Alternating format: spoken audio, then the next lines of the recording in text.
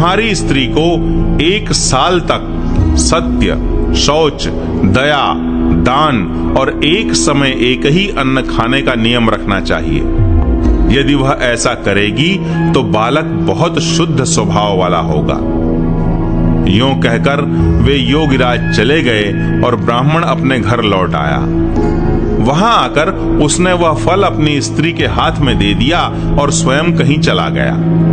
उसकी स्त्री तो कुटिल स्वभाव की थी ही। वह रो रो कर अपनी एक सखी से कहने लगी, सखी, मुझे तो बड़ी चिंता हो गई। मैं तो यह फल नहीं खाऊंगी। फल खाने से गर्भ रहेगा और गर्भ से पेट बढ़ जाएगा, फिर कुछ खाया पिया जाएगा नहीं।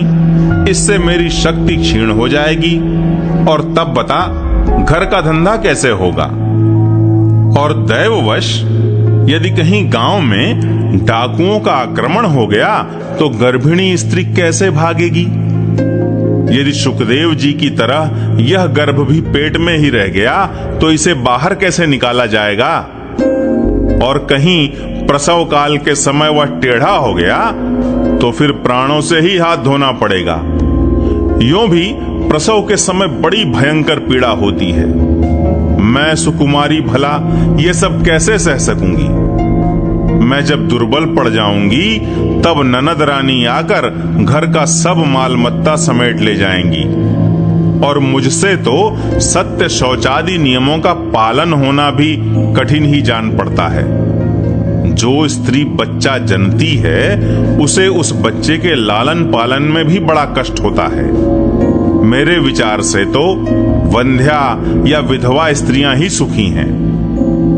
मन में ऐसे ही तरह तरह के कुतर्क उठने से उसने वह फल नहीं खाया और जब उसके पति ने पूछा, फल खा लिया? तब उसने कह दिया, हाँ खा लिया। एक दिन उसकी बहन अपने आप ही उसके घर आई। तब उसने अपनी बहन को सारा वृत्तांत सुनाकर कहा कि मेरे मन में इसकी बड़ी चिंता है। मैं इस दुख के कारण दिनों दिन दुबली हो रही हूं। बहन मैं क्या करूं? बहन ने कहा, मेरे पेट में बच्चा है। प्रसव होने पर वह बालक मैं तुझे दे दूंगी। तब तक तू गर्भवती के समान घर में गुप्त रूप से सुख से रह। तू मेरे पति को कुछ धन दे देगी तो वे तुझे अपना बालक दे देंगे। हम ऐसी युक्ति करेंगी कि जिसमें सब लोग यही कहें कि इसका बालक 6 महीने का होकर मर गया और मैं नित्य प्रति तेरे घर आकर उस बालक का पालन पोषण करती रहूंगी। तू इस समय इसकी जांच करने के लिए यह फल गौ को खिला दे। ब्राह्मणी ने स्त्री स्वभाववश जो जो उसकी बहन ने कहा था वैसे ही सब किया। इसके पश्चात समयानुसार जब उस स्त्री के पुत्र हुआ तब उसके पिता ने चुपचाप लाकर उसे धुंधली को दे दिया और उसने आत्मदेव को सूचना दे दी कि मेरे सुखपूर्वक बालक हो गया है। इस प्रकार आत्मदेव के पुत्र हुआ सुनकर सब लोगों को बड़ा आनंद हुआ। ब्राह्मण ने उसका जात कर्म संस्कार करके ब्राह्मणों को दान दिया और उसके द्वार पर गाना बजाना तथा अनेक प्रकार के मांगलिक कृत्य होने लगे। धुंधुली ने अपने पति से कहा, मेरे स्तनों में तो दूध ही नहीं है, फिर गौ आदि किसी अन्य जीव के दूध से मैं इस बालक का किस प्रकार पालन करूंगी।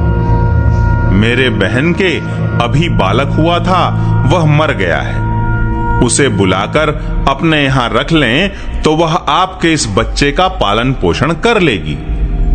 तब पुत्र की रक्षा के लिए आत्मदेव ने वैसा ही किया तथा माता धुंधुली ने उस बालक का नाम धुंधुकारी रखा। इसके बाद 3 महीने बीतने पर उस गौ के भी एक मनुष्याकार बच्चा हुआ। वह सर्वांग सुंदर, दिव्य, निर्मल तथा सुवर्ण की सी कांति वाला था।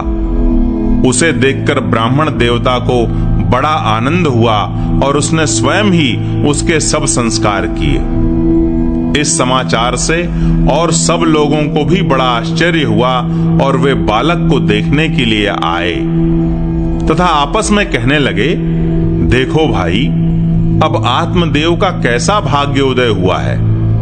कैसे आश्चर्य की बात है कि गौ के भी ऐसा दिव्य रूप बालक उत्पन्न हुआ है। दैव योग से इस गुप्त रहस्य का किसी को भी पता न लगा। आत्मदेव ने उस बालक के गौ के से कान देखकर उसका नाम गोकर्ण रखा। कुछ काल बीतने पर वे दोनों बालक जवान हो गए। उनमें गोकर्ण तो बड़ा पंडित और ज्ञानी हुआ, किंतु धुंधुकारी बड़ा ही दुष्ट निकला। स्नान शौचादि ब्राह्मणोचित आचारों का उसमें नाम भी न था और न खान पान का ही कोई परहेज था। क्रोध उसमें बहुत बढ़ा चढ़ा था। वह बुरी बुरी वस्तुओं का संग्रह किया करता था। मुर्दे के हाथ से छुआया हुआ अन्न भी खा लेता था। दूसरों की चोरी करना और सब लोगों से द्वेष बढ़ाना उसका स्वभाव बन गया था। छिपे छिपे वह दूसरों के घरों में आग लगा देता था। दूसरों के बालकों को खिलाने के लिए गोद में लेता और उन्हें चट कुएं में डाल देता। हिंसा का उसे व्यसन सा हो गया था। हर समय वह अस्त्र शस्त्र धारण किए रहता और बेचारे अंधे और दीन दुखियों को व्यर्थ तंग करता रहता। चांडालों से उसका विशेष प्रेम था। बस हाथ में फंदा लिए कुत्तों की टोली के साथ शिकार की टोह में घूमता रहता। वेश्याओं के जाल में फंसकर उसने अपने पिता की सारी संपत्ति नष्ट कर दी। एक दिन माता पिता को मार पीट कर घर के सब बर्तन भांडे उठा ले गया। इस प्रकार जब सारी संपत्ति स्वाहा हो गई, तब उसका कृपण पिता फूट फूट कर रोने लगा और बोला, इससे तो इसकी मां का बांझ रहना ही अच्छा था। कुपुत्र तो बड़ा ही दुखदाई होता है। अब मैं कहां रहूं, कहां जाऊं? मेरे इस संकट को कौन काटेगा? हाय, मेरे ऊपर तो बड़ी विपत्ति आ पड़ी है। इस दुख के कारण अवश्य मुझे एक दिन प्राण छोड़ने पड़ेंगे। उसी समय परम ज्ञानी गोकर्ण जी वहां आए और उन्होंने पिता को वैराग्य का उपदेश करते हुए बहुत समझाया। वे बोले, पिताजी, यह संसार असार है। यह अत्यंत दुख रूप और मोह में डालने वाला है। पुत्र किसका, धन किसका? स्नेहवान पुरुष रात दिन दीपक के समान जलता रहता है। सुख न तो इंद्र को है और न चक्रवर्ती राजा को ही। सुख है तो केवल विरक्त एकांत जीवी मुनि को।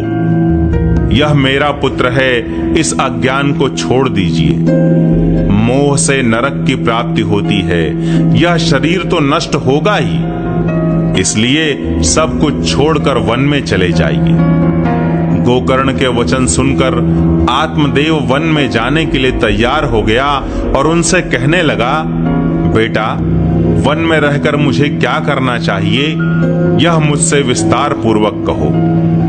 मैं बड़ा मूर्ख हूं। अब तक कर्मवश स्नेह पाश में बंधा हुआ अपंग की भांति इस घर रूप अंधेरे कुएं में ही पड़ा रहा हूं। तुम बड़े दयालु हो, इससे मेरा उद्धार करो। गोकर्ण ने कहा, पिताजी, यह शरीर हड्डी, मांस और रुधिर का पिंड है। इसे आप मैं मानना छोड़ दें और स्त्री पुत्रादि को अपना कभी न माने। इस संसार को रात दिन क्षण भंगुर देखें। इसकी किसी भी वस्तु को स्थायी समझकर उसमें राग न करें। बस एकमात्र वैराग्य रस के रसिक होकर भगवान की भक्ति में लगे रहें। भगवत भजन ही सबसे बड़ा धर्म है। निरंतर उसी का आश्रय लिए रहें। अन्य सब प्रकार के लौकिक धर्मों से मुख मोड़ लें। सदा साधु जनों की सेवा करें। भोगों की लालसा को पास न फटकने दें तथा जल्दी से जल्दी दूसरों के गुण दोषों का विचार करना छोड़कर एकमात्र भगवत सेवा और भगवान की कथाओं के रस का ही पान करें। इस प्रकार पुत्र की वाणी से प्रभावित होकर आत्मदेव ने घर छोड़ दिया और वन की यात्रा की। यद्यपि उसकी आयु उस समय 60 वर्ष की हो चुकी थी, फिर भी बुद्धि में पूरी दृढ़ता थी। वहां रात दिन भगवान की सेवा पूजा करने से और नियम पूर्वक भागवत के 10वें स्कंद का पाठ करने से उसने भगवान श्री कृष्णचंद्र को प्राप्त कर लिया।